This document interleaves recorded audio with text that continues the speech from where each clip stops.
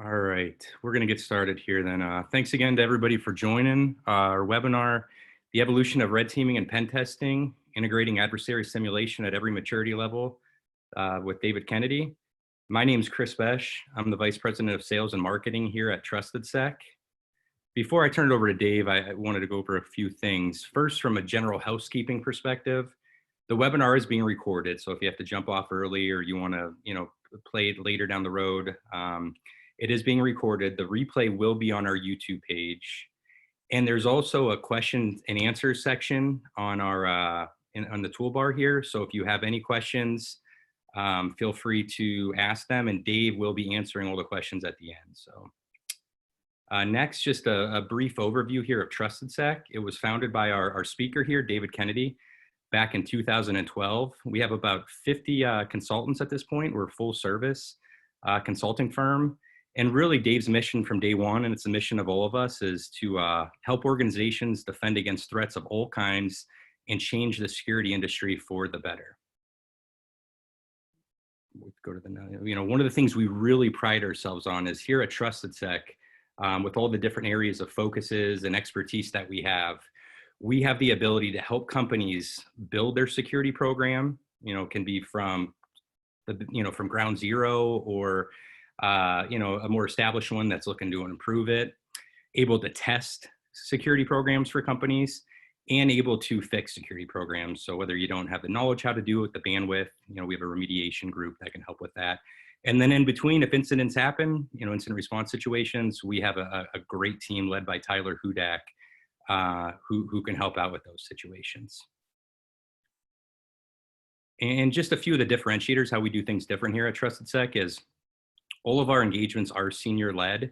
A lot of our consultants are really the, industry leaders, are the ones that speak and teach at conferences all over the world. If you haven't been on our GitHub page, the number of open source tools we've created to help improve the industry, we have just tons of tools. We continue to release new ones and update them on a regular basis. We really, really pride ourselves on content. So we, produce a ton of blogs and webinars like this. And so we have great people to help with that. And another big differentiator for us is this was a vision of Dave, which he might touch on during the, during his webinar, was having a dedicated research team. Dave recognized that technology is improving. It's getting harder. 5 years ago, it was easy to break into a company. Now it's getting extremely hard to break into companies. So we've created a research team led by Carlos Perez. There's folks, ex-NSA, FBI type individuals on the team that, research new attack vectors and ways to break into businesses, create new tools. Some of them we release, and a lot of them we keep proprietary for now, just to, to have better engagements, add value for the great customers that we have. And then before I kick it over to Dave, one more thing. We do have a couple events this week. We're going to have a Discord hangout tomorrow with Dave at 1. So if you haven't joined our Discord station, I'd highly recommend to do that. It should be really engaging tomorrow at 1. We also have a Slack channel too, where we have a lot of content on that as well. So Slack and Discord, a lot going on there. And then also we've introduced, if you haven't noticed, some online classes. And we have one of our classes run by Ben 10 and Carlos Perez is Powershell for offense and defense. So Ben's going to do a little sneak peek. He's going to, go over a little bit of the class, teach a few things during kind of like a lunch and learn on Friday. So if you have time, I highly recommend joining that. So thanks again for joining. We really appreciate you taking time out of your day to do so. And at this point, I'm going to kick it over to Dave. So Dave, go ahead. Thanks. Thanks, Chris. And I appreciate everybody joining today to talk about the evolution of red teaming. This is probably one of my favorite topics to talk about because the industry is undergoing a lot of change all the time. And, when you start looking at where we came back from 10 years to where we're at today, we've made a lot of progress in cybersecurity. And it's one of those things where, we continuously evolve what our trade crafts are, what our practices are, how we're going after organizations. And ultimately, we've changed to an industry where we're really looking at bolstering our strengths based on understanding our risks. And, today's talk is going to be a casual conversation talking about where we're heading and what we need to kind of look for in the future as we start getting into different types of simulations and red teaming. First and foremost, I appreciate everybody coming here. If you're not familiar with me, my name is Dave Kennedy. I started Trusted Sec a number of years ago in 2011 and have been growing it ever since. We have a number of different great teams, as Chris had mentioned. And my whole area of expertise has always been offensive capabilities, tooling, but also, as of late, especially over the past, probably 10 years, has been focusing very heavily on how do we get better with defense. And so that's been really important to me. So this talk is going to be really about how we can leverage red teams in a way that make our security programs better, and ways that we can utilize red teams in a way that promotes a stronger security path forward, really helping prioritize with what we're doing. Quick caveat, if you see a little red spot here, I got in a fight with my kids the other day. We were having Fort Wars, and they threw a doll at me that had a glass eye and got me in the nose yesterday. So, sorry for that. But, I hope everybody's doing well in the whole quarantine situation or self-isolation. And, one of these things, it's great to be able to do webinars and continue to bring out content from Trusted Sec to keep everybody occupied and learn and advance during these periods of time. But a couple housekeeping items. If you're interested, if you have questions, please put them in the Q&A section of Zoom. You can ask your questions there, and we can go. I'll answer them towards the end of this presentation.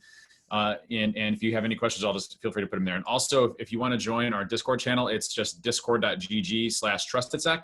And we have a whole community well over 1,000 people. We just started it less than a week ago. So it's a really awesome community that we're building there as well. But again, I appreciate everybody for coming along. Today, what we're going to be covering is just, definitions, because I think it's important to understand what a red team is, because we still have to define that because of a lot of the issues that we receive around, penetration testing, vulnerability assessments, red teaming, why leverage something like red team capabilities in your organization, what that means. And then really starting getting to where we're heading, changing the way we think, and then talking about how we develop our capabilities, and then, ultimately moving forward. Again, happy to answer any questions as this goes along. All right, so starting off with just definitions. When you look at where a security program's at, and this is probably one of the biggest things that we get when we have people coming into Trusted Sec and asking for a red team. Most organizations probably aren't at a level to even understand what you ingest from a red team assessment. Penetration testing is the sense of going into an organization, trying to find as many entry points as possible, objective-based, trying to gain access to specific systems, and from there identifying any type of weaknesses or things like that. Mostly during a penetration test, it's a very fixed assessment, time-wise. Even internally, if you have your own internal penetration testers, there's usually a fixed amount of time that you have set forth for a penetration test. And during a penetration test, oftentimes you're not looking at circumventing a large amount of their capabilities. In fact, we'll see customers that just want us to find as many exposures as possible, so we don't have to go around specific pieces of EDR products or things like that. But in some cases, doing more covert penetration tests, testing specific monitoring detection capabilities is definitely within scope. But usually from a penetration testing perspective, you're trying to identify as many exposures or weaknesses or ways that attackers can break in. And I want to take a little bit of a step back from a history lesson perspective to talk about where we're at today versus where we were at 10 years ago, because it's really important to understand this. 10 years ago, when we were doing penetration tests, you go into a company and they would have just really poor security. And I'll say that has drastically changed. A lot of organizations are really focusing on information security as a key component of managing the risks in their organizations with doing technology. But 10 years ago with penetration testing, we go into organizations and, they'd be missing patches. They'd have, default, Tomcat instances, weak SQL passwords, SQL injection, you name it, a whole gambit of exposures. And it was usually pretty trivial to get access to them. Same thing for phishing and social engineering. Usually a cakewalk, you send them a link, they download an Excel document, you get remote code execution in the system, you're in their environment, you're there for days, weeks, months, they have no idea. And what would happen is usually day one or day two, you would have full access to a company or an organization. And then, from there on, you just kind of tore up the rest of the systems and infrastructure. And then what would happen is you would walk out of that engagement or assessment or fixed time that you had to be able to do something, and you would hand a report out. And that report would basically say, hey, you need to fix this, you need to fix this, you need to fix this. And here's some strategic things that we noticed. For example, lateral movement, hash, being able to extract hashes and move to different systems, same local administrator password on multiple workstations, these specific cases that you see from a post-exploitation scenario. And what companies would focus on would really be the initial entry point vulnerabilities or exposures. And so they would fix, the Apache Tomcats, the JBosses, the SQL injections and the cross-site scriptings and the file upload issues. And what they would do from there is feel like they were good. They addressed all the findings. They would never look at the post-exploitation scenarios. And why that's important to understand is that our mind has shifted quite a bit in the security industry to understand that our vulnerability management programs are not perfect, to understand that we are going to have exposures and weaknesses, to understand that we are going to experience a data breach, whether that's credential harvesting or credential stuffing, whether that's remote code execution onto a system, whether that's a vulnerability that allows cross-site scripting. The severity and rankings just change, but we will experience some sort of attack against our infrastructure. And we put a lot of emphasis on protection because protection is something that can prevent something from happening. But prevention takes time, it takes testing, and to continuously enhance how we do protection takes some time. So, when you look at protection, we have a window of what we have to do to really address those specific areas. And so when you're looking at how we deal with protection, what's really changing, we look at defensive capabilities in other phases of an attack as a way to identify attackers and reduce our time to dwell on a network. So when you look at our rationale and our changing of thoughts, we've gone from trying to protect everything, which we should still probably do as much as we possibly can with the resources that we have. But we're also trying to identify what happens after a specific breach occurs. So after remote code execution happens or somebody has access to an account. And can we look at those different patterns of behavior and start to look at different phases of an attack to understand if we have detective capabilities in it? And that's really where you start to shift from penetration testing to red teaming. Red teaming is really understanding who your threat actors, your adversaries are to your organization. So if you're in these specific demographics, these types of attackers, these types of capabilities, how they go after and target an organization, the types of attacks that they would leverage across your infrastructure, and being able to test that across your environment.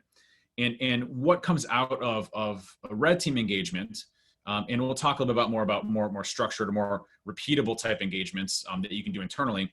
But what comes out of a red team engagement isn't necessarily all of the vulnerabilities or exposures you have. It's what happens after the fact. Do we have gaps in our monitoring and detection capabilities? What are some things that we can strengthen from an Active Directory perspective to make these types of attacks much more harder to do in the future? If you look at things like constrained delegation and SPN accounts and things to that effect, those are all common things that we would traditionally see from a penetration test. But what happens when an attacker really simulates an organization or entity that has capabilities to change the types of attacks or modify the types of attacks or do different types of attacks across your organization? Do you have coverage? And so most companies today are not really at that point yet. In order to have a red team, you have to have monitoring and detection capabilities and good ones. Now, you might have gaps in visibility. That's definitely possible. But having a monitoring and detection program where you're actively looking at what an attacker is doing in your environment on a day-to-day basis really makes a red team much more effective.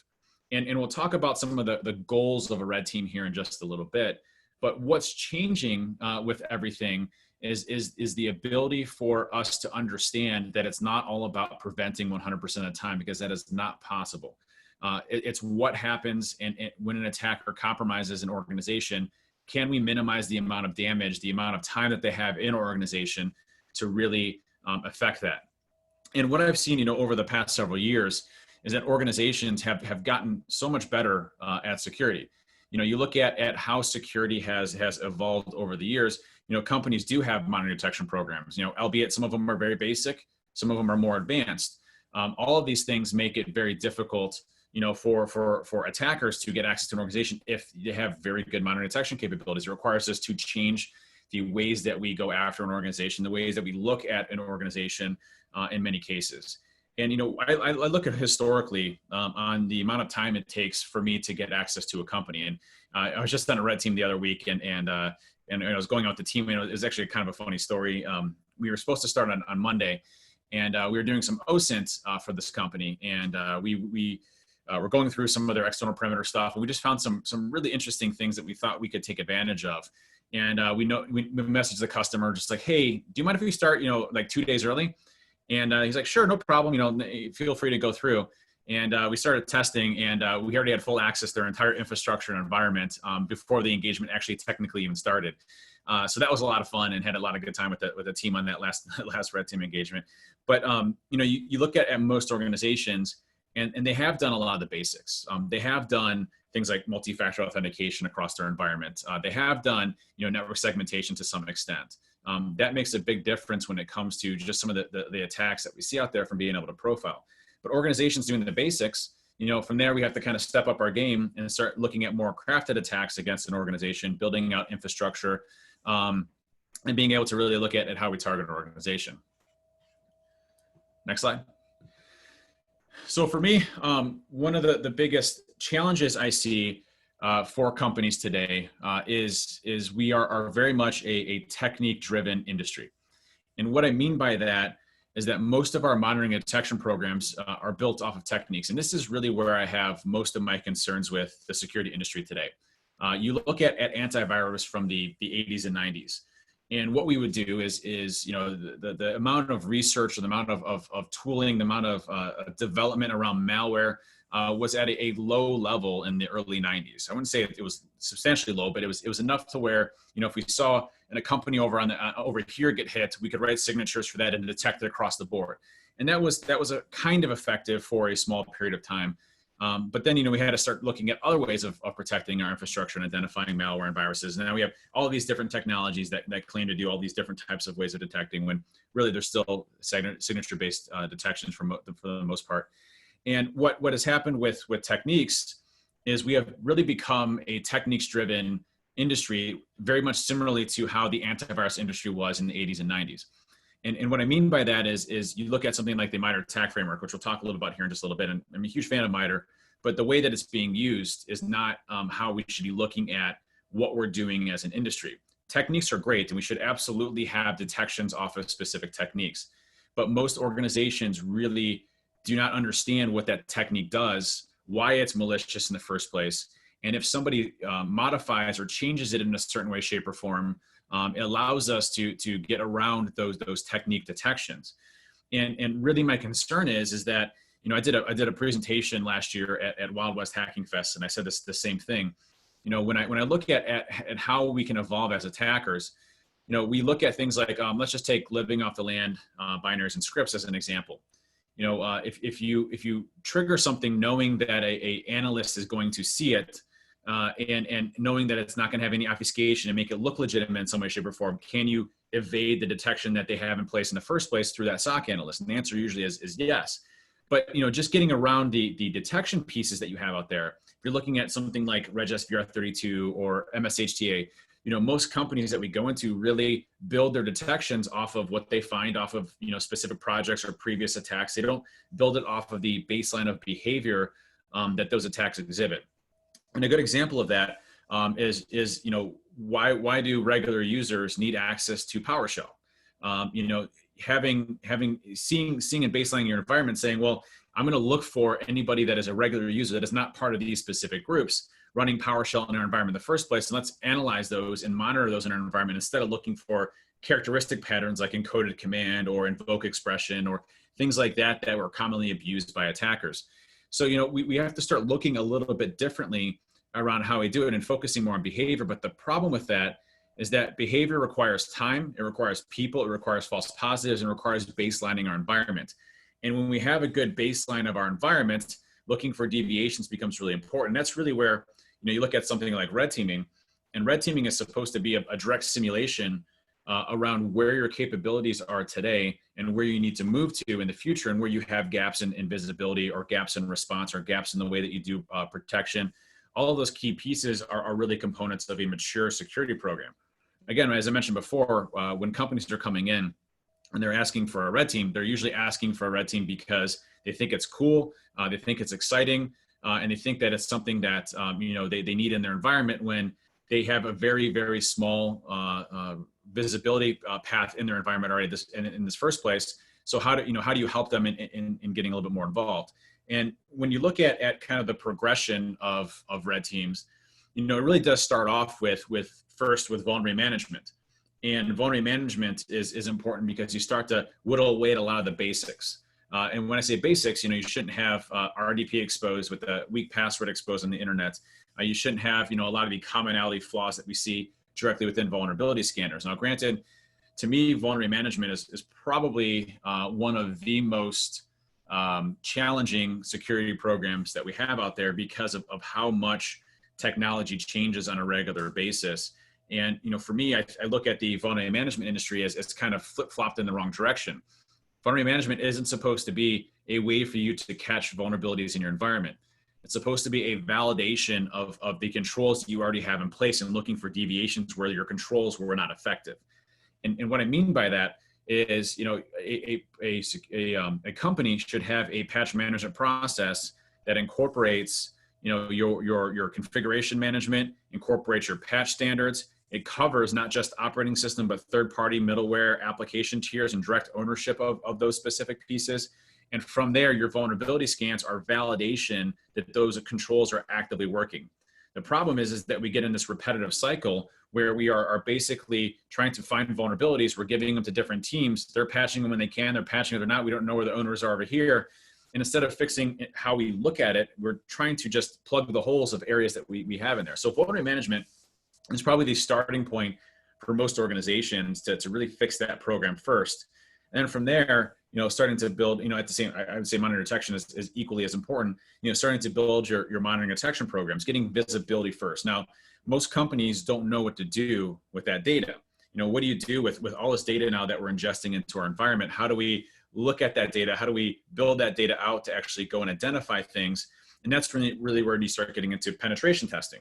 And penetration testing can help you validate where things maybe your vulnerability assessment vulnerability scanners weren't picking up, ways that attackers could attack your infrastructure and organization, ways that you aren't detecting and where you might have visibilities and gaps.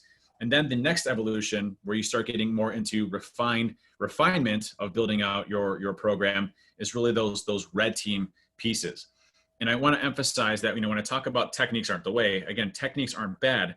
But when you're looking at techniques, if you're using something like the MITRE ATT&CK framework as your base knowledge level of how much coverage you have from an attack surface, you're really failing at understanding how attackers go after infrastructure and organizations.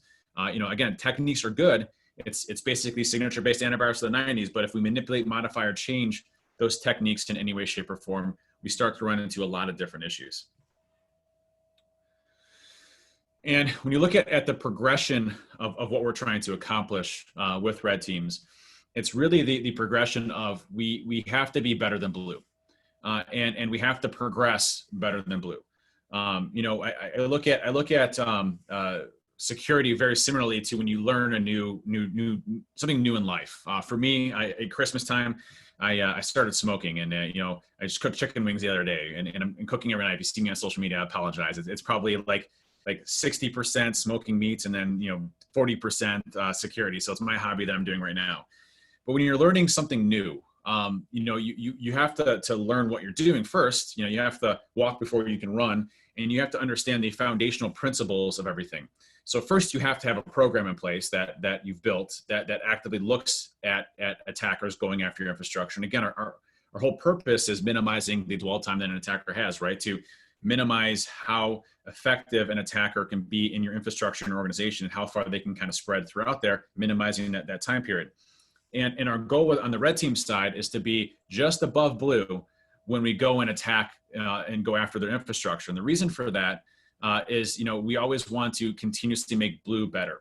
And I think a big misconception in the security industry, which I still don't understand where a lot of this originated from, but I think the red team was always looked upon as this magic group that would go in and just destroy with magic tools, and then they'd walk out and high five one another, and the blue would have no idea what to do. And I can't ever remember it really being that way. I remember blue, really struggling with understanding how do we fix all of these issues when we're dealing with vulnerability management, all these different pieces here. But maybe there were some groups out there that were specifically focused on that type of mindset. But the whole intent of red teaming has always been to help blue get better, and vice versa. By the way, I learned so much by going on engagements and looking at how the blue team has structured their infrastructure and how they snagged us in the first place. I remember there was a one engagement that we did for an organization, and we spent several months breaking into them from a red team perspective. And we used a lot of undocumented things, magic sauce that we've been creating in the research team, and we got access to a person's computer, and within 7 minutes we were booted out of their infrastructure, the network. And what was crazy about it is, when we looked at like how do we get caught, because everything that we did was completely magic stuff that should never be picked up. And really the response that we got back from was, well, we baselined our infrastructure, and we categorized people into two buckets, one being technical, one being non-technical. So web developers, systems administrators, et cetera, got lumped into the technical criteria. The non-technical groups were sales, marketing, things like that.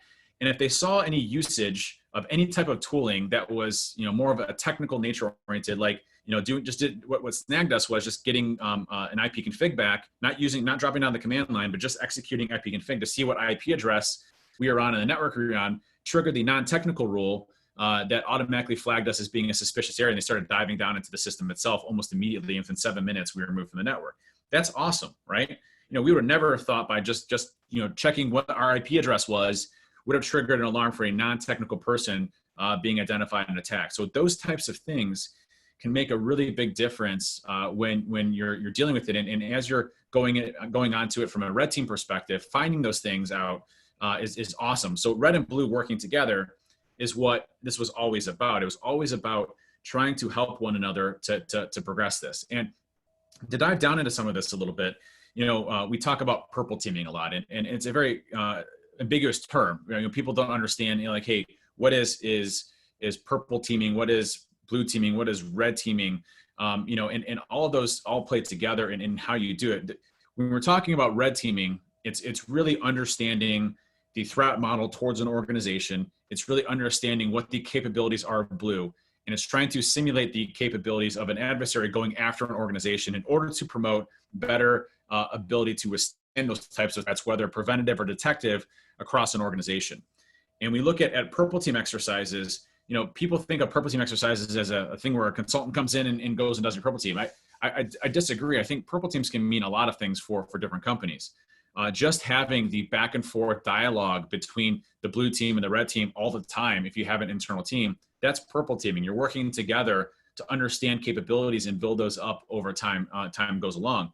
And there's a lot of ways to kind of work with those types of things where, we do a lot of purple team engagements for organizations where, we'll go in and we'll sit there with the blue team, and we usually prefer to have more blue than we do red, because red, will fire off an attack or go after an organization, maybe assumed compromise or assumed breach, and we'll start going after specific techniques across their environment, and then starting to exhibit certain types of behavior to understand what their detections are in their environment. And then from there, working on building out those detective capabilities. And so when you walk out of it, you have 10, 15, 20 different new detections of high value targeted attacks across their environment that you didn't have before. And again, you want to space those out between different phases of the attack. If you look at initial access, all the way up to privilege escalation, lateral movement, different post-exploitation scenarios, those are all key things that you can do as part of your ability to really identify what is actually happening in your environment. And again, the whole goal is to say, hopefully we have detections across everything, but if an attacker gets past our privilege escalation detections, what happens when they start moving laterally across our environment? Do we have detections in those specific areas? And really a lot of the testing that you do starts to build that repetitive cycle around understanding how attack patterns work. And one thing I can say is that companies that we go into that have gone through this type of evolution of, hey, we focus on the basics, we focus on, patch management, we focus on network segmentation, we focus on, multi-factor authentication, password management, we focus on system hardening. That is a great step into what we see most organizations get breached with. Most of the time that we go after a company, it's not, when we are successful, it's usually not using some super secret magic exploit or attack vector. It's usually very basic things like password stuffing or being able to identify or brute force passwords that have weak passwords. And so if you focus on the basics, that eliminates a lot of your threat. But then, that evolution path of having Blue switch their mind, not to fix just every single patch they possibly can, but also understand what happens in an environment and what happens in an organization over time becomes really, really important. I want to throw out there one last thing on a specific story. There is a insurance company that we do assessment work for, and they have really baselined their environment pretty heavily around parent-child process relationships, and they have a very big focus on if we see a parent process of like Outlook.exe spawn child process of Excel.exe spawn a child process of Powershell.exe, that raises all flags in their environment, and they either completely block it, or if they see deviations of that, they investigate it.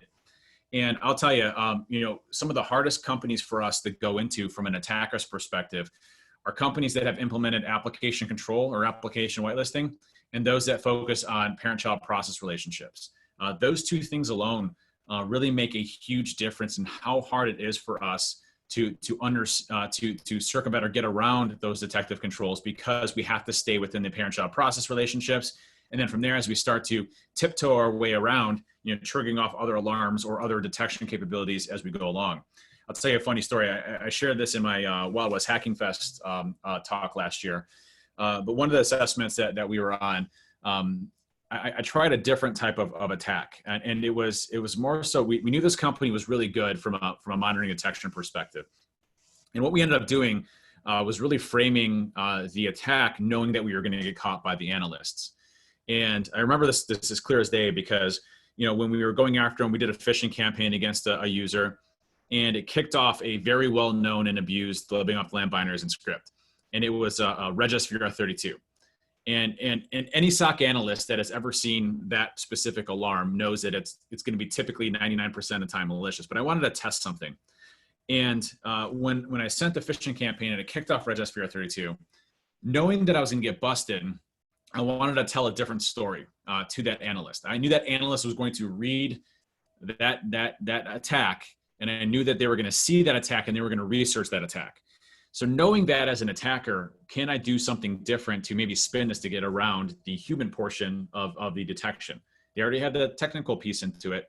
And there's ways of getting around the preventative pieces too, very easily, just by doing different things. But so what I ended up doing is I had Regis VR 32, but before it actually kicked off Regis VR 32, it copied scrobj.dll, which was in the System32 directory, and renamed it as DLL uninstall. And I'll explain why I'm doing this here in just a second. And so then I also had the Excel file append another file called, so let me rephrase that. I had the Excel file create a file called DLL uninstall. And I had the Excel file copy a DLL, scrobj.dll, to schemamanagement.dll. And so when I kicked off the command, it was Regis VR32 /i, /s/n/i, DLL uninstall. And then I also had at the very end of it, it had schemamanagement.dll. And so with schemamanagement.dll, if you Google Regis VR32, you Google DLL uninstall, and you Google schemamanagement.dll, the first post that comes up is a post from Microsoft talking about how Regis VR32 is used and its proper usages and syntaxes through there. And so when the SOC analyst looked at that specific series of commands, they dismissed it as a false positive and that it was legitimate. And the behavior that Excel document exhibited wasn't really crazy. Okay, I never kicked off a command line type of tool. No command.exe, no PowerShell.exe. And what I did is I stayed in the confines of kind of normal behavior. I wrote out a different file, which may or may not trigger detection. In some cases you'll see, especially macro-enabled Excel documents write other files, but it was essentially a scripted object that was being written out to the disk itself. And the diskette object was not obfuscated. It was just a really small stager to go and download code and execute. And I wrapped it in a number of other things that made it look legitimate. So one of my favorite things to do on a red team engagement is I'll do some OSINT and I'll find out who the top people in the company are in the IT shop, especially if they have like PowerShell in their names, different areas around that. and I'll usually put comment code in the actual script itself saying, hey, author, and I'll put the name of the person that's part of that company in there. And I'll put like caveats in there, like, hey, you needed to run this in order to accomplish X or accomplish Z, accomplish Y, and if you have any questions, just contact me. And sometimes I'll put an email address in there too, just to make it look a little bit more legitimate, or their phone number in there, just to make it look a little bit more legitimate. And so if you see scripts like that running, most of the time, the story that you're telling a security analyst is going to be very different than a story if you had encryption, obfuscation, other things put into place as you went along.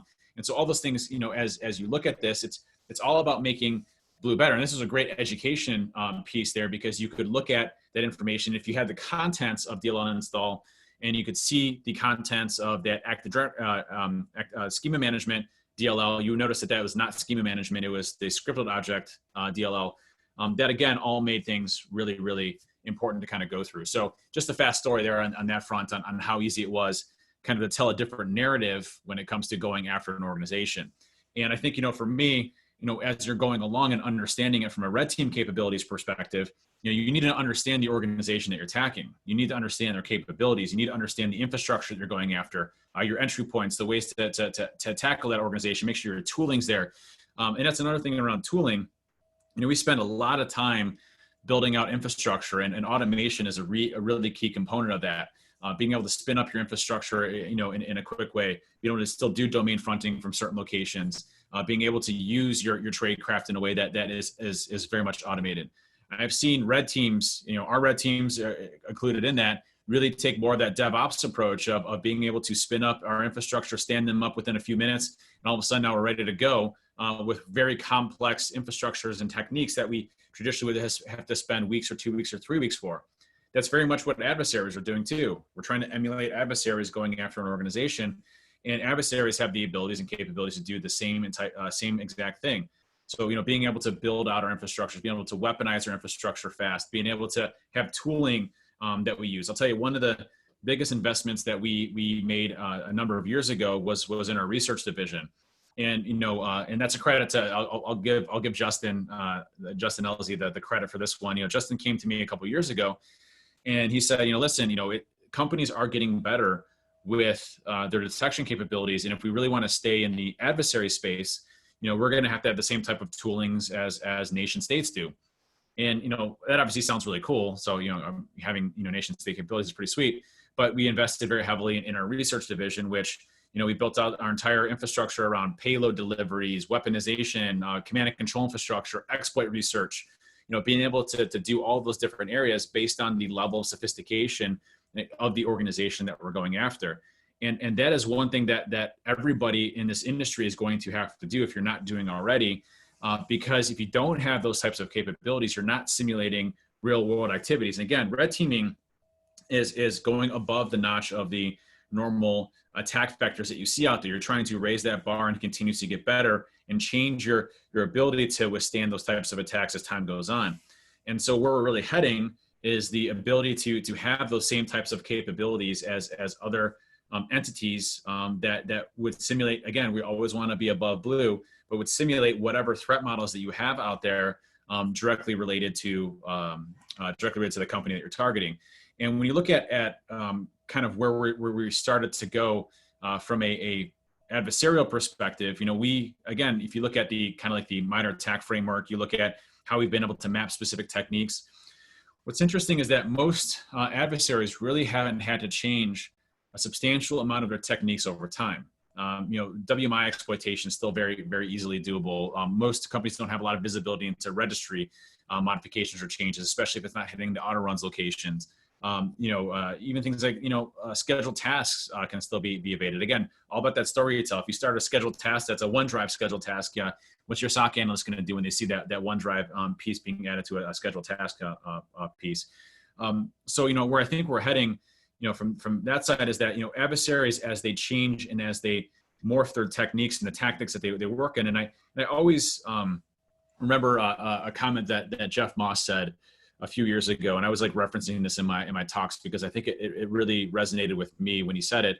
A couple of years ago, Jeff Moss was giving an introduction to Black Hat, the keynote speaker of Black Hat, and he gave kind of a state of the security synopsis over there. And he said, as an industry, we talk all about tactics, techniques, and procedures all the time. We're always talking about the TTPs. But as an industry, we only focus solely on the techniques. We're not focusing on the tactics, the procedures that attackers operate by, and understanding what they're doing, and kind of the motives and objectives, and understanding our threat models, and understanding how attacks can morph and change. Again, it really comes down to understanding behavior. It really comes to understanding, what type of infrastructure and what type of capabilities our attackers have, and the best way that we can address that risk by really going through simulations. So I really think that, for where we're heading, I think that companies will continue to get better. At least most of them will continue to get better. And I think that, from a red teaming perspective, we have to get better as well. We have to invest in our tooling. We have to invest in our capabilities. This isn't, where you can just go and download the latest, version of Metasploit and run it across our environment to gain access to our infrastructure. We have morphed above that, and that's not anything against Metasploit. Metasploit's a phenomenal framework, but it requires some customizations and changing if you're going to leverage it in an attack scenario in modern day defenses. And so, where we're heading is we're not going to be able to use a lot of the commodity tools. And this gets a bit into the discussion of offensive security tooling and our ability to still provide research, but not burn the way that we go after organizations. And, our stance has always been, we will use a technique for, 6 months to a year, and then eventually we'll release that technique, in order to have it addressed in certain areas. And we've also, as Trusted Sec has released offensive security tooling. And the problem is, this is such a philosophical debate on what the best way is to help organizations and entities get better with defense. You have companies that have zero security whatsoever, that have invested nothing in security. So when you release a new tool, you're putting that company completely at harm. But at the same time, they've done nothing on security. So, is that tool really going to impact them substantially more than anything else that's already out there? And the answer to that is usually probably not. But when you release tooling out there, especially offensive security tooling out there, you're helping people that don't have the research or the capabilities to test their environment the same way that an attacker would. You're giving them the ability to be able to do that. And that's why I'm a huge advocate for offensive security tooling in a very responsible way. And I'm obviously not dropping 0 days, and things that can directly impact, large scale organizations. I think that is the wrong approach, but we should absolutely be able to release tools that allow us to effectively test better for the masses so that we continuously raise that bar. I want to use a really quick example here. One of the tools that I write is called Magic Unicorn. And as mentioned earlier, tomorrow I'll be giving a Discord hangout on our Discord server talking about it. And I'll be sharing my screen and interactive, showing kind of how to get around AMSI and Windows Defender. But, Magic Unicorn is a great example. When Magic Unicorn first came out, there was 0 detections for that. Powershell was barely being leveraged from an attack surface perspective. And look at the progress that Microsoft has made on the PowerShell front. I would consider PowerShell probably one of the most secure programming languages out there, and ones that we don't even use anymore from a red team perspective, because it's one that will easily get us snagged, especially if we're using it in an environment that's mature. You look at PowerShell logging, script block logging, you look at constrained language mode, you look at all the things that PowerShell has done. It's by far the most flexible, most robust, most secure programming language that we have out there. Again, some companies are doing absolutely nothing when it comes to PowerShell security, but some others. And when Magic Unicorn came out, and then you started to see other tools, PowerShell Empire, and a lot of other tools that started leveraging PowerShell exploitation, to be able to compromise systems. It drove the PowerShell security industry forward in a whole different light. I remember I gave the very first ever PowerShell security talk with a guy named Josh Kelly, and Josh and we did a bunch of research on PowerShell. Right when it was in its beta form, and it hadn't been integrated into any operating system yet. It was being proposed, but it hadn't been done yet. And, we said back then, this is in DEF CON 13 or 14, hey, PowerShell is going to become the next avenue of attack. And lo and behold, it did. But the offensive security tooling industry really drove that forward on how to protect against that, and being able to give people capabilities to test that in their environment. Again, some companies are doing absolutely nothing. They don't have any visibility in the PowerShell, and PowerShell is still a viable attack surface. But if you're staying current with today's trends, PowerShell from a sophisticated or decent level company that is actively doing monitoring for PowerShell, those types of things are very prominent. One thing I want to hit on really fast, and I'll open up some questions here in just a few minutes, but automated red teams are honestly the biggest waste of money ever. There's no such thing as automated red teams. A red team is designed to test the threat models of an organization and match their capabilities from a monitoring and detection perspective, and again, increase that so that they can continuously get better and evolve their response to specific threats against the organization. There's tools out there that are claiming that it's automated red teaming, and that's a bunch of hogwash. There's no such thing as that happening. It requires understanding of the organization, requires understanding of their capabilities, it requires building out profiles of an organization. It requires, being able to evade and circumvent their capabilities to test their responses. What we're seeing now is controls testing. So if there's a product out there that's saying they're doing red team automation, they're doing techniques-driven controls testing. That's all that is. It's not a automatic red team. It's not a way to simulate a red team in an organization. It's literally going through the MITRE attack technique sections and making sure you can map detections. And again, I am not saying that it's not valuable. That is absolutely valuable for organizations to go through, to have better coverages around attack surfaces and to be able to build out your capabilities. And by the way, MITRE was never created to be a techniques-driven framework. It was designed to give you and conceptualize how different phases of an attack works, and then being able to map capabilities for that so you can expand and grow beyond MITRE as a way to identify threats in your environment. And again, the way that you build detections is purely different. Why is a regular user executing regSVR32 or MSHD in our environment? We want to flag those up and identify those. Why, is a user opening up, specific areas? And so there's a different approach or view of how we look at things. And again, automated red teams, there's no such thing. I want to dispel that right now and say that, they are just controls testing for specific techniques. And that's a great concept. You want to see how much coverage you have in your environment for specific types of techniques, but it's not in any way, shape, or form automating what a red team is supposed to be. So wrapping things up, and then I'll open it up for some questions. We have to continue to evolve from a red team perspective. It is so imperative and important that we maintain our tooling, we improve our tooling, we continuously build out capabilities as they exist. I will give a huge shout out to the research industry from security. They are really the reason why we continue to progress, both from a detective perspective and a offensive perspective. It really has drove the industry much forward. You look at all these different companies that are designing and developing, secure products from the ground up or as they go forward.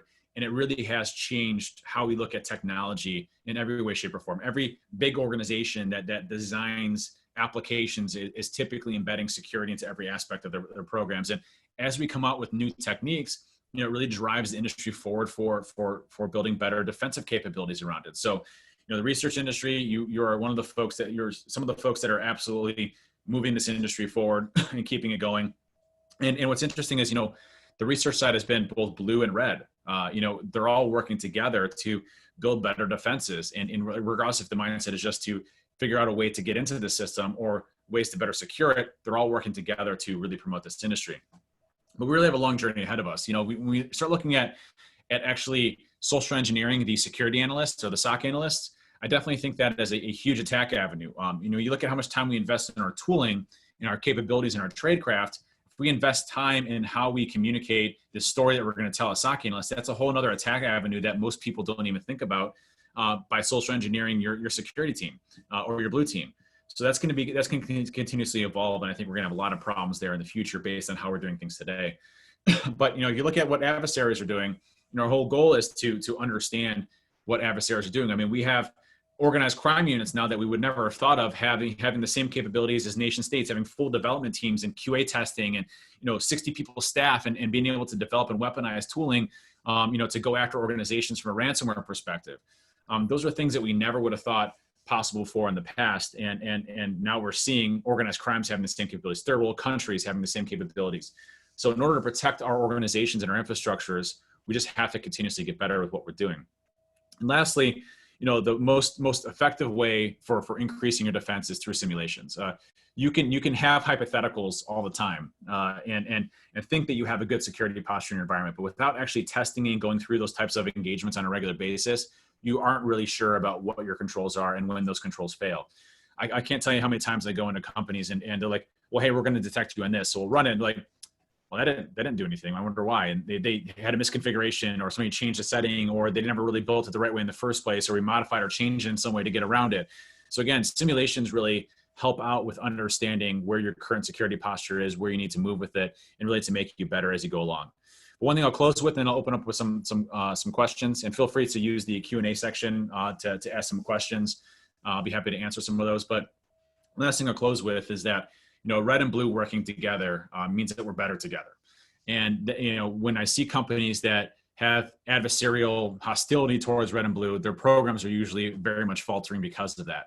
We have to work together. We have to want to better one another. And ultimately, that is how we continuously improve our security programs, how we reduce risk from our organizations. And I really think that it's going to continuously make the world a better place. So I'm going to start opening up for some questions. So one of the questions from David was, based on the comment about being able to edit a technique to get around technique-based learning, how much of the ability to detect that change is automated, or how much is simply human effort? That's a good question. It really is human effort in many cases. The tools that we go against, especially EDR products, are very much signature-driven techniques that we can usually circumvent and get around by manipulating or modifying. Where we usually get busted is through the human element, where they've looked at that, they've understood how that attack works, and they built the specific types of detections around the behavior that it exhibits versus the actual type of attack. Just VR32 is a good example. If you're looking for a /I and SDR OBJ.DLL, you're failing at understanding what that attack is actually doing. So building out better detections really makes a big deal, and the humans really make a big deal. And I can't emphasize that enough, is that when we get busted by organizations, it's the people that bust us, not the tooling. I don't care what tool you're using. We get past them all, every single one of them, no matter which one you name. We get around every single one of them, no matter what. It's the people that have done something unique or crafty, or they've spent a lot of time on understanding those attacks that makes the huge difference with us. Chad said, in the context of Dave's definition of red team, is the concept that a red team would be mainly an internal group or people for an org. It can be either or.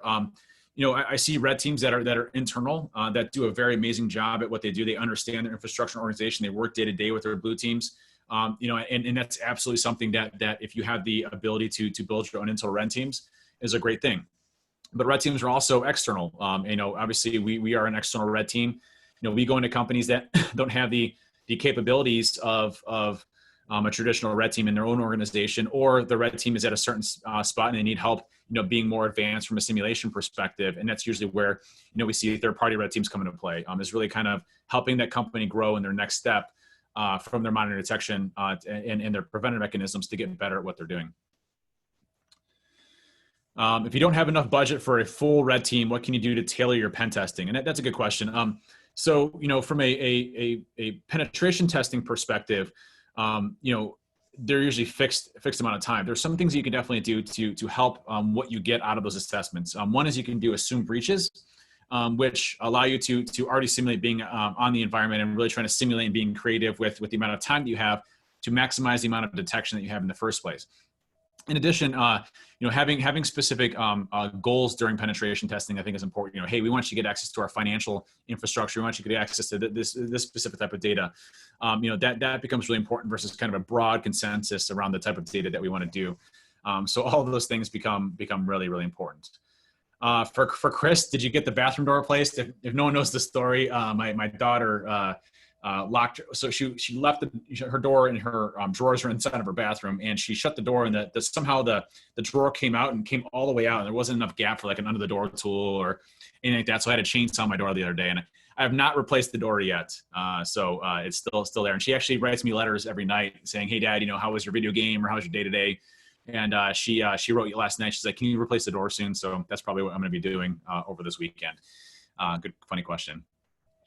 Joe, I'm never running for president, but thank you. I appreciate that. I wouldn't get into that mess. How has red teaming pen testing changed with the move of companies from having traditional on-prem networks and applications to moving to SaaS with SSO, multi-factor, et cetera? Brian, that's a great question. And that's actually one of the questions that we should be asking ourselves today is, with the move to the cloud, moving to more of a hybrid model, how does that actually impact red teaming or penetration testing? And the answer to that is it really hasn't, but it's required us to change.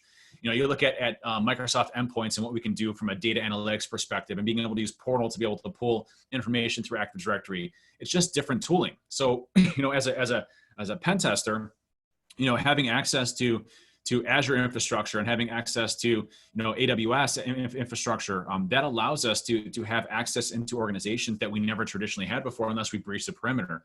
So we've had to change our tooling. We've had to change our methodologies around how we attack organizations, especially if we're using Office 365 or Azure, but it really hasn't reduced the impact that we have from a cloud perspective or made them more secure. Most, I'd say the last 12 engagements that I've been on from a cloud assessment perspective, we've broken into 11 of them. And it's usually due to misconfigurations, and not understanding how their infrastructure works. And so we've had to change our tooling, we've had to change our capabilities, but it really hasn't hindered us as far as what we have to do. It's just a different attack surface that we have to go after and we have to be very proficient in.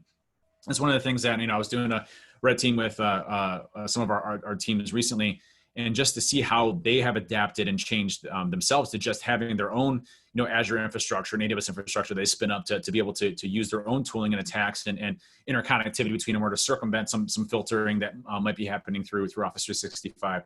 It's really incredible to see that, as cloud has become more adopted, you start to see more research into that area and our ability to do it. Just the other day, Durkion released that Roadhouse tool for investigation analysis into pretty much everything that is Active Directory. Everything that is Azure, and being able to pull permissions and data down. So it's really changed how we view things, but it's still an attack surface that you want to have covered as you start to go through things. That was a great question. Andrew, do you have a good method to capture offensive techniques attempted and understand what it is, and more importantly, what is not detected? Yeah, that's great question, Andrew. I think for specific types of techniques that are flying through organization, I'm a huge advocate of threat hunting. So being more proactive in understanding unusual activities. So going through command line arguments, service creations, PowerShell commands, anything that's unusual, north to south, east to west traffic, DNS traffic. That is a good starting point for understanding, what is unusual in your environment. But really, to understand a specific type of attack requires somebody that understands the attack itself in the first place. And usually that comes from penetration testers or red teamers that you have in your environment to help you build that very refined monitoring detection that you want to have in there. And it's a balance of understanding the attack and understanding the behavior, but also ensuring that you're not capturing everything and generating 1,000 false positives. One of our folks that runs our adversarial, our purple team side is Ben 10. And Ben will sit there refining a rule for several hours, just making sure that it doesn't generate a ton of false positives, but also making sure that the attack itself gets detected in any type of variation. So having a good understanding around the attack and how the capabilities are made makes it a big deal. There was a question that said, Kevin had mentioned, is this something like Darktrace? I've gone against Darktrace.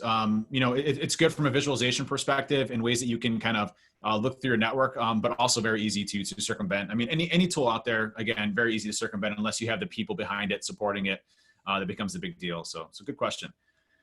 Excuse me. From David, how common is it for an attacker to use some action knowing it would get caught to cause that to be a focal point of IR? We've done that before quite a bit. We've also seen it in instant responses as well, where they use distributed denial of service, or they use other attacks that are very noisy in nature to go after an organization, and then from there they're slipping in through the back end, doing something that is much less noisy or more trivial. That's absolutely a way to go after a company and to target them. Incident responders are just as vulnerable to social engineering as the IT folks are. So as you go through, you kind of have to investigate all the different avenues. And that's definitely, from a red teaming perspective, something that we've used very heavily before in the past. From James, at what point are you comfortable performing a red team assessment for a client? Meaning, at what point is it demonstrable to you that their security stance is mature enough to benefit from? That's a great question, James.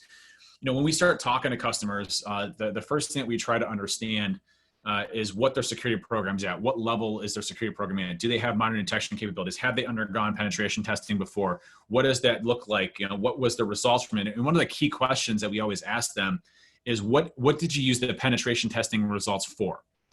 And that is how you kind of tell whether or not an organization is mature to handle a red team. If they said, well, we went through all the criticals, highs, and we decided not to do the mediums and lows, they're not ready yet for a red team, because what you're hoping to take out of it is we looked at how they were attacking organization. We found that we weren't detecting in certain areas, we don't have visibility in these areas, and we focused on building those out. That's really the evolution point, I think, for penetration testing, because it's a red teaming is when you understand the conceptual pieces, that you have visibility, you have gaps in your visibility, and that you're actively trying to improve them to get better with what they're doing. Asking them questions too, like, what's your threat models? I don't know. Okay, well, let's start from there first. Let's start to build those out for you and understand where you're at. And then from there, see if that's something that's applicable to you. So really, understanding that becomes important. To Ben, baselining and behavioral analytics typically requires long consultant dwell times in order to quantify that organization's behavior to build cohesive models. How can we as an industry create service or product offerings for baselining the behavior analytics that do not require a long dwell time? I don't know if that's, it can be true for sure, for certain types of detections that might be high volume, high false positives, and require you to baseline an environment. It can take some time. But most of the time, when you're looking at certain things in organizations, especially high fidelity alarms that are based on behavior, it doesn't require a substantial amount of dwell time. And there are things that we have built that we walk in pre-canned, that you can basically pop in, to your Splunk instance or the logarithm or whatever you're using, that will get you high fidelity alarms based on behavior, generally with little to no false positives. But I will say that, when you look at how you're supposed to baseline behavior, this is an ongoing evolution of a problem. And that's what the UABA market kind of tried to look at it. And UABA has its pros and cons. But what you're trying to look at is what is normal behavior. If you look at that long tail effect, right? What is normal behavior in our environment? And let's look for deviations of that. That requires people going through your environment, looking at data, and being able to determine if something is legitimate or not, and then baselining legitimate traffic. And that does take time, that does take effort, and that requires people to go and do that. And some of the most effective security programs are people that are spent doing that type of work in your environment to understand what is normal, what is not normal. And I know it is work and it is people, but I haven't seen a product out there do that. Products still today are very signature driven. They are very, very signature driven. And when you look at behavior, your behavior is going to be unique to your organization. Your people are going to do different things than other people do in different environments. And this all comes down to the basic concepts of configuration management, application control, having standardized practices across the board. If we did that type of stuff, it'd be much easier for us to baseline our environment because we know what's in there. But none of us do that very well. Some of us do, but none of us do that very well. So it becomes much more challenging. So if you want to start somewhere, start with how you configure your system, standardize them, standardize what applications are allowed, document which ones are, and from there look for deviations from those specific systems. That becomes important. Assume breach is great. Yep, I agree with that, Frank. Let's see what else we got. Mike Hamilton. Mike, good to hear from you, man. Hope you're doing well. What's the secret to smoking brisket? I'm a wrapper. I don't use foil. I use butcher paper, and I cook it until it hits its stall about 160, 165. Then I wrap it, and then I let it go until it hits its 195 temperature, and then I let it sit for 3 hours. So that's my secret. And also the rub becomes important, which I make my own rub. So there you go. Let's see what else we got here. Anonymous attendee, how do we step away from certs and hire based on looking big picture, like you said, tech versus non-tech guys? I think that, when companies are trying to hire people, it's very difficult for them to understand qualifications because security is still a relatively new industry. And most companies and organizations still really think that college is the way to go. And I'm not saying college isn't the way to go, by the way. Some phenomenal programs out there from a cybersecurity perspective. Shout out to DSU. I love you folks out there if you're out there. But there's a lot of great college programs out there that can teach you a lot of valuable skills. There's also a lot of great certs out there. I look at offensive security as a great certification process and criteria. But when it comes down to it, when you look at what it takes to be, kind of start off your career more in the penetration testing side and eventually evolving to more of the red team side, it requires a certain amount of person that is very refined in what they do, very methodical in what they do, that continuously improves their capabilities and understanding of technology and stays relevant with the times. And, that's not something that you can teach at college. That's not something you can teach in school. So I think, really it comes down to looking at the person, their capabilities around what they publish, their intrigue and interest in those types of things. That can make a big difference when it comes to hiring. And I agree. We should have less of a focus on certifications and schooling, and more so on the capabilities of that individual person, based on experience and based on their capabilities of how they want to learn. In stating that, though, I mean, if you do have a college degree, especially coming from some of the good cybersecurity programs out there, even comp sci backgrounds, and having a fundamental programming background knowledge, I'm going to look at you differently than maybe somebody that doesn't, because you've already gone through that experience. Now, if you have none of that and you have experience, it's a different story. Or if you're a junior looking to get into this industry, your excitement and understanding around fundamental concepts all becomes really important. So I agree with that. I know we're running low on time, so I'm going to knock through these pretty quick. Yes, we will be sending out these slide decks, so don't worry about that. We'll send the slide decks out as part of this. While in engagement, has there ever been a time where you found a ticketing system and actually put in a ticket for a compromised user? Actually, yes, we have. That's actually a funny story. So we'll put tickets in, especially if we compromise an internal ticketing system that is integrated into security. Slack channels are great. Impersonating people in Slack channels. All of those can make a big difference as you're going through red teaming and doing misdirection to get them to go to a certain system, or get them to go to a certain site, or get them to release information on behalf of that. A lot of great things from there. I understand that automation cannot replace a red team. Is there a value in automation that continuously tests defensive tools as a measure of defensive health of capabilities? To that, Kevin, I think that, you could absolutely say that there is value in continual testing of your controls. Controls effectiveness testing is very good to understand that, hey, we have controls here and our tools are firing the way that they're supposed to be. That's absolutely valuable. I can't tell you how many times we go into companies and they're like, well, we have detections for this and detections for this, and we go and we run them, and they don't actually run those in the first place. They don't have the detections. They were never working in the first place. So I think from that side, it absolutely makes perfect sense. Controls effectiveness testing does make better security in the sense that you have coverages in those individual areas. What I'm talking about more so in the red team is that you can't test is how effective are those controls, and that's the difference, right? You have controls, you have them in place and they're working, but how effective are they when we actually go and test them and put them through the ringer from an adversary's perspective? So absolutely think with that.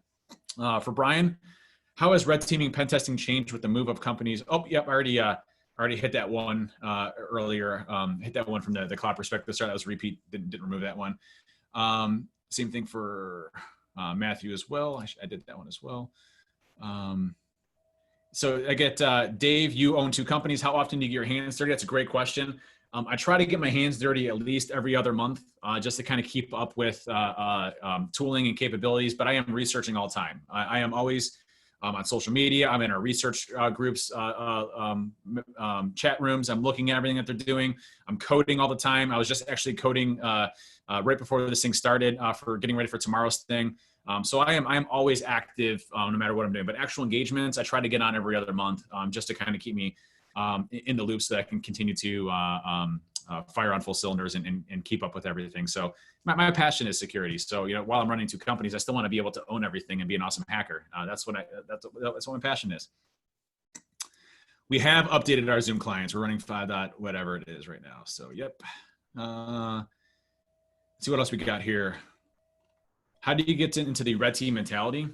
I think it's more so, mentality from the ability for you to be able to perform red teams, I think is a skills thing. I think it requires you to have a good understanding around the tooling, the capabilities, programming, operationalizing, being able to home in your trade craft. Every red teamer that we have is completely different in how they go after and approach a situation. And that's, I think, what makes red teaming unique. Granted, you might have a collective voice in how you go after it from a methodologies perspective, but the ideas that you have, the creativity that you have, really spawns from you. And I think that really comes down to you and your capabilities. Everybody could be a red teamer. We have people that are on the penetration testing side that go over to the red teaming side and vice versa, back and forth. It's not to say that you're stuck in a penetration testing side or a red teaming side, or one's better than the other. It's just differences of what you're doing as far as testing. And the mentality is coming off of homing your trade craft and how you do things not how everybody else does things out there. What are some ways I can get started on training for blue-red teams? So interesting enough, we will be releasing a online class soon on red versus blue, which is more so offense and defense. So if you're interested in training, there'll be online training available from that side. In addition, I'd also recommend going through exercises. Set up your own lab environment. Throw an Elasticsearch instance up in Nelk Stack. Start looking at types of information that you can do. Attack it. See what you see. See what you don't see. A good starting point is leveraging something like Sysmon, which is a free tool from Mark Rusanovich's team, and using Olaf's Sysmon modular, which will map specific detections directly to the MITRE ATT&CK techniques sections framework, and then running through simulations and attacks on your Windows machine and looking at how you could write good detections for those in your Kibana instance. Those are good ways of kind of getting started and doing your own training and kind of starting forward there too. How can we say that red teaming will be required more in the future while the blue team defenses are already getting stronger day by day? Also, red teaming is helping for that. So isn't the red teaming is already working towards going offline? No, not at all. I don't see that being the case in any way, shape, or form. In fact, I see the need for red teaming expanding, increasing time after time. Blue teams being better doesn't mean that they're great or perfect in any way, shape, or form. We break into every single organization we go after. And it's all about making them better and all about making the defenses better. And it's all about making sure that we try to stay ahead of what the adversaries are doing. I've never seen an organization where their defense has been perfect. I've never seen an organization where they have a perfect vulnerability management program. I've never seen an organization that can even cope with some of the elevated stuff that we have from an attack surface standpoint. So no, I don't see that going away in any way, shape, or form. What else we got here? What's the best way to start implementing signature-based detection methods, and where do I start when parsing snort logs? So there's a lot of great frameworks. I mean, you can use the MITRE stuff as kind of a baseline for techniques. There's the Atomic Red Team framework, which is a great one. There's Caldera. All of those can run through those simulations and for where you can start to build some of those techniques from a coverage perspective. They help automate a lot of those. There's also a number of commercial products out there too that can help do controls effectiveness testing and do more of those technique sections too. We have one from Brandon, and I'll probably just do about, I know we're kind of running a little bit over on time, so I apologize, but I appreciate everybody sticking through. I got one from Brandon. Hi, I'm a red teamer, experienced pen tester, new red teamer. How do you go about the scoping process? Do you start from outlining and threat actor? How do you know who your threat actors are, and how do you go about figuring out what they have available and such? It's a great question. When you talk to a company, the hope is that they already have an understanding around who their threat actors are. But if they don't, you can do generalizations. So if they're in insurance, if they're in financial, if they're in different areas, you can start to build out, the criteria and listing of who the threat actors are for those specific areas and the types of capabilities that those attackers have. So, it's important of understanding who you're going to try to simulate first and kind of understanding if they have that in place first and foremost. So that's I think that's first step there. Second is understanding what their objectives are. Is there objectives, for you to completely go covert and stealth over a period of time? Excuse me. We have customers that we span our attacks over a 6-month period, in order to evade detection. And afterwards, we do more of an after action items. Or is it really to enhance our monitoring and detection to be more overt in nature to see how things are going? So understanding their objectives and what they want to accomplish, I think is very important. And then from there, kind of building out your timing of how long it's going to take you to do it. To meet those objectives. Obviously, that's estimated. You don't know for sure. That really starts to bring the picture around what they want to accomplish. But you have to listen to what they want.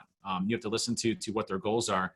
And if they're already at a mature state, I think it really becomes a difference of helping them reach that state or reach an extended state from that red teaming piece.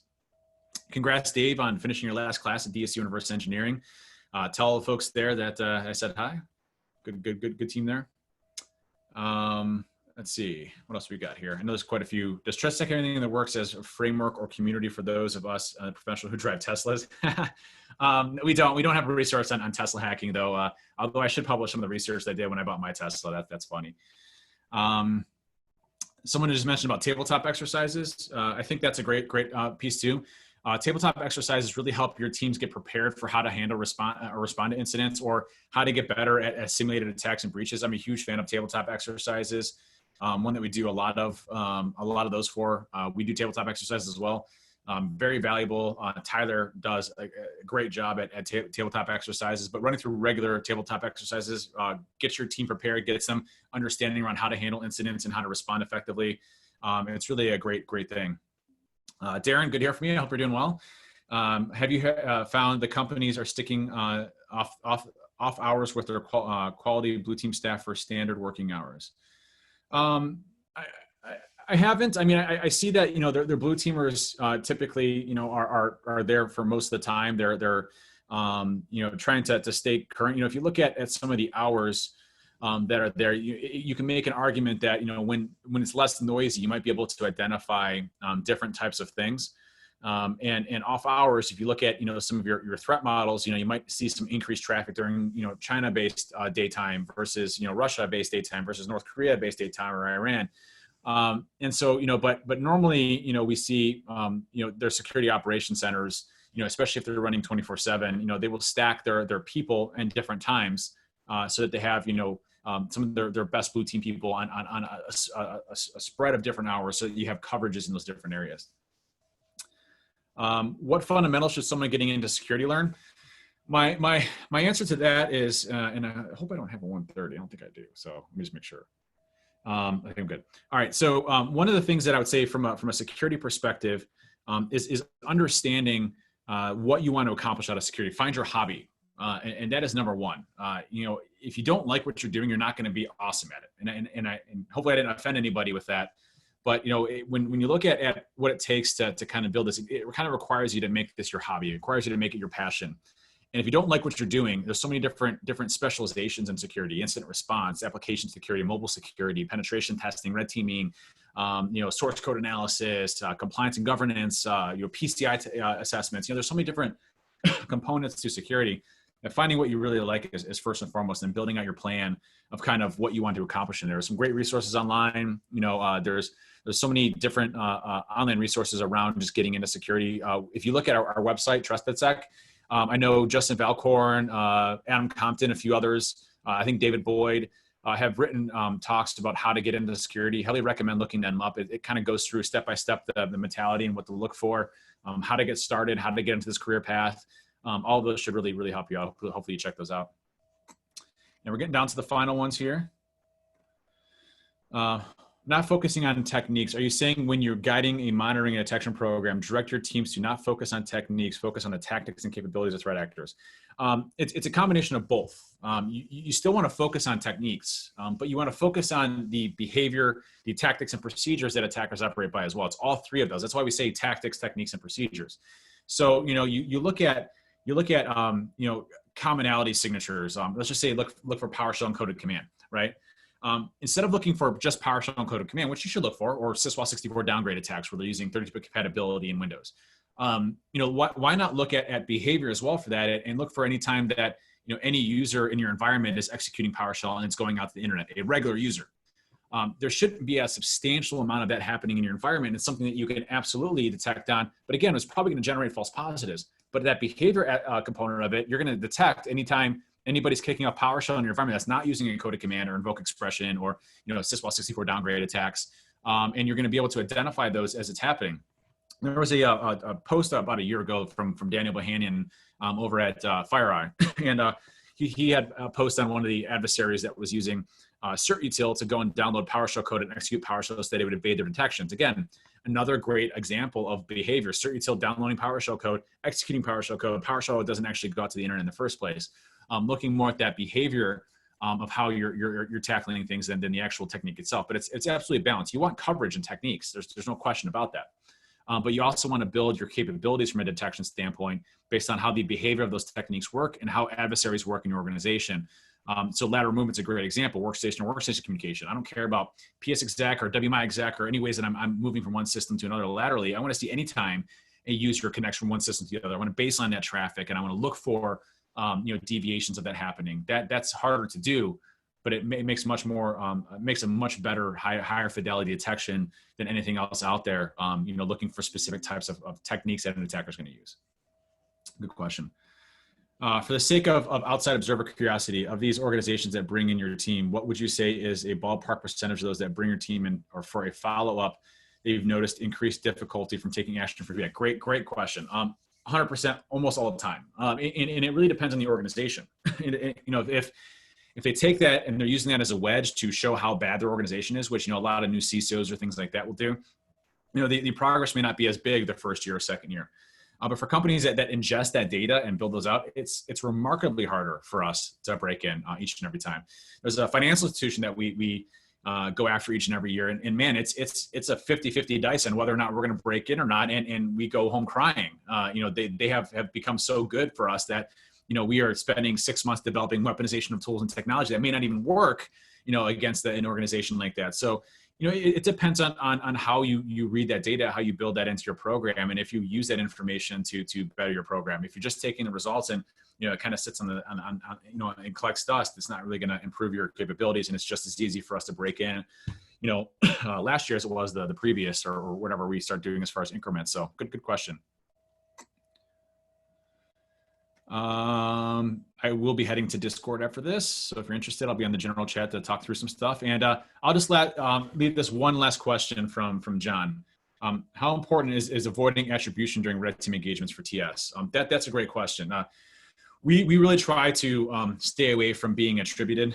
We have been caught in the past, and there's a number of blog posts for some of the tooling weaponizations we've been using.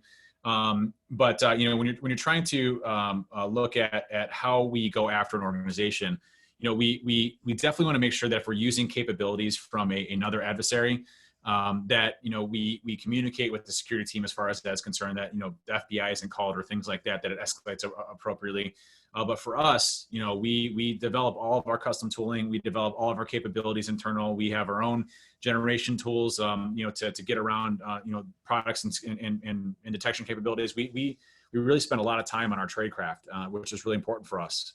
And when those get burned, it sucks. When you have a product that sends telemetry data back and it gets busted, and all of a sudden now there's a blog post out there, it sucks. But we're able to retool and usually a little tidbit out there without ruining any information. But usually when there's a blog post about us and our technique that we were using, what's great about it is that they'll usually show what they did from a detection or defensive perspective, and then it's very easy for us to essentially circumvent that detection or roll that they wrote in the first place and still continue to use that technique without any detection in the first place. So, for us, tooling is very important, and I think it's a good one to do. Okay, that's it for me. I'll pass it over to Chris, and I want to thank you all for staying on and for listening to me talk for an hour and a half. I still see well over half of you still on. I'll be heading to Discord to chat with people if you're interested for about a half hour or so. But thank you all for tuning in, and we'll be doing more of these. I know we have more coming up. I'll be doing more of these, and hopefully you'll learn something new. Thanks. Yeah. Thanks, Dave. And as you said, thanks everybody for hanging out and all those great questions. There's a ton of awesome questions on there. Thanks for that. If we missed anything or you have additional questions, as Dave said, Discord, Slack, you can hit us up, or webinar@trustedsec.com. Feel free to email us at webinar@trustedsec.com. We'll answer some questions there as well. And lastly, you'll get a link with the replay, and on that link, we'll have the slides there as well. So again, Dave, thanks for taking the time to do that. And thanks everybody for joining, and stay safe out there, and enjoy the rest of your day and rest of your week. So take care. Bye. Thanks, everybody.